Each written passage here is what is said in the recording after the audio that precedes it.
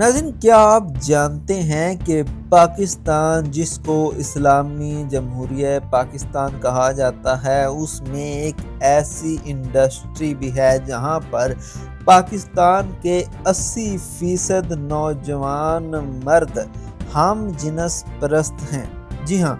آپ نے ٹھیک سنا ہے، وہی کام کیا جا رہا ہے۔ 80% لوگ وہ کام کر رہے ہیں جو قوم لوط نے کیا تھا، اور اللہ تعالیٰ نے قرآن پاک میں ہمیں بتا دیا تھا کہ کیا انجام ہوا تھا قوم لوط کا، اور کس طرح سے وہ تباہ ہوئے تھے۔ اور وہ تھے ہم جنس پرستی میں مبتلا لوگ، جن کو اللہ تعالیٰ نے غرق کر دیا تھا۔ اور اب حال ہی میں ایک پوڈ کاسٹ میں ایک مہمان جو کہ اس انڈسٹری سے وابستہ ہیں، انہوں نے یہ انکشاف کیا ہے کہ پاکستان میں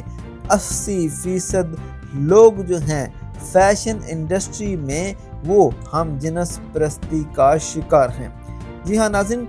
ماریا بی نے حال ہی میں ایک پوڈ کاسٹ میں بطور مہمان شرکت کی، جہاں انہوں نے فیشن انڈسٹری میں ہم جنس پرستی کی موجودگی کے بارے میں بات کی۔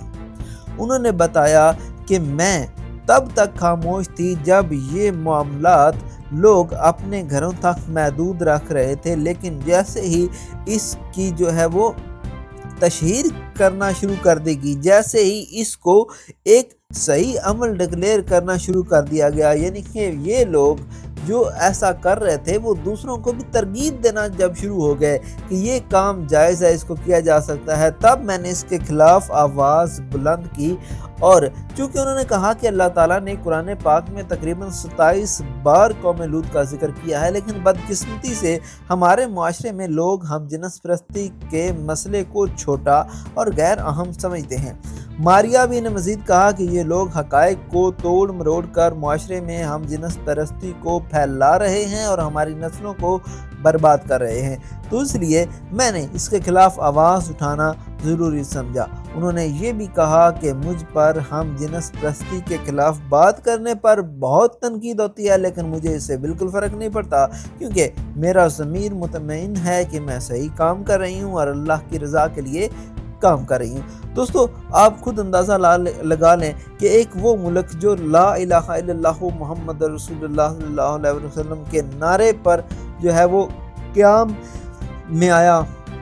قائم ہوا، وہاں پہ 80% لوگ جو کہ مسلمان ہیں وہ ہم جنس پرستی کا شکار ہیں، تو اس معاشرے کا مستقبل کیا ہوگا یہ آپ خود اندازہ لگا سکتے ہیں۔ اور اس حوالے سے جو بھی لوگ آپ کو غلط گائیڈ کرتے ہیں، خدا را ان کی باتوں میں نہ آئیں اور اسلام کو بہتر طور پر پڑھیں اور سمجھیں اور اس کو عملی زندگی میں اپنے اوپر نافذ کریں۔ خدا حافظ۔